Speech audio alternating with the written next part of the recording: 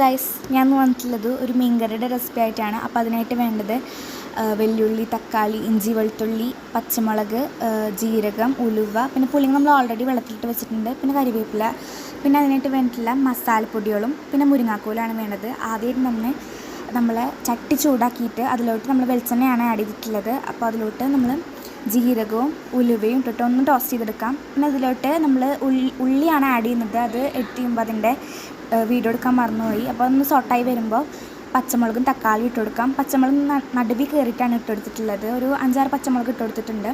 അപ്പോൾ അതൊന്ന് സോട്ടായി വരുന്ന വരെ മിക്സ് ചെയ്യാം. നമുക്ക് അതൊന്ന് അടച്ച് വെക്കാം കേട്ടോ, ഒരു 5 മിനിറ്റ് അടച്ച് വെക്കാം. പിന്നെ നമ്മൾ അതിലോട്ട് നമ്മൾ നേരത്തെ മാറ്റി വെച്ച മസാലപ്പൊടികളാണ് ഇട്ട് കൊടുക്കുന്നത്. മഞ്ഞൾപ്പൊടി, മുളക് പൊടി, മല്ലിപ്പൊടിയാണ് ഇട്ട് കൊടുക്കുന്നത്. പിന്നെ നന്നായി മിക്സ് ചെയ്ത് കൊടുക്കാം.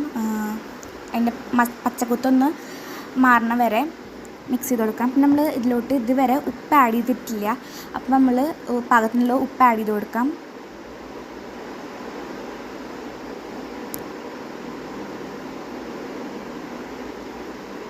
നമ്മൾ നന്നായി മിക്സ് ചെയ്യാം കേട്ടോ. ഇതിൻ്റെ അമ്മായിയുടെ മീൻകറിയുടെ റെസിപ്പിയാണ്. നല്ല ടേസ്റ്റുള്ള മീൻകറിയാണ്. അപ്പോൾ എന്തായാലും എല്ലാവരും ട്രൈ ചെയ്ത് നോക്കാം. പിന്നെ അതിലോട്ട് നമ്മൾ പുളിങ്ങ പിഴിഞ്ഞ് ആഡ് ചെയ്ത് കൊടുക്കുന്നുണ്ട്. പുളിവെള്ളം ഇല്ലേ, നമ്മൾ ആ പുളിവെള്ളം ആഡ് ചെയ്തിട്ടുണ്ട്. പിന്നെ അതൊന്ന് തിളച്ച് വരുമ്പോൾ നമ്മൾ വീണ്ടും ആ പുളി തന്നെ കുറച്ചും കൂടി വെള്ളത്തിൽ കലക്കിയിട്ട് അതും ആഡ് ചെയ്ത് കൊടുക്കാം.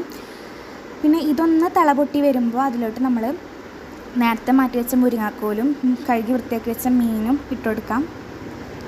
പിന്നെ മീൻ ഇട്ട് കൊടുത്ത് നമ്മൾ അധികം ഇളക്കരുത്. പിന്നെ ഇളക്കി കഴിഞ്ഞാൽ അതൊന്ന് പൊട്ടിപ്പോവും, അങ്ങനെ ഉടഞ്ഞു പോവും. അതിൽ നമ്മൾ ജസ്റ്റ് ഒന്നിങ്ങനെ ഇളക്കി കൊടുത്തതിന് ശേഷം നമ്മളത് വേവിക്കാൻ വേണ്ടി വെക്കാം.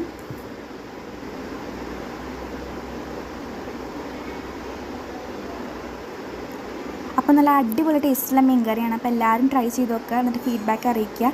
നമ്മളതൊന്ന് തിളച്ച് വരുമ്പോൾ അതിലോട്ട് നമ്മൾ നേരത്തെ മാറ്റി വെച്ച കറിവേപ്പില ഇട്ട് കൊടുക്കാം. അടുത്ത വീഡിയോ ആയിട്ട് വീണ്ടും കാണാം. Bye bye.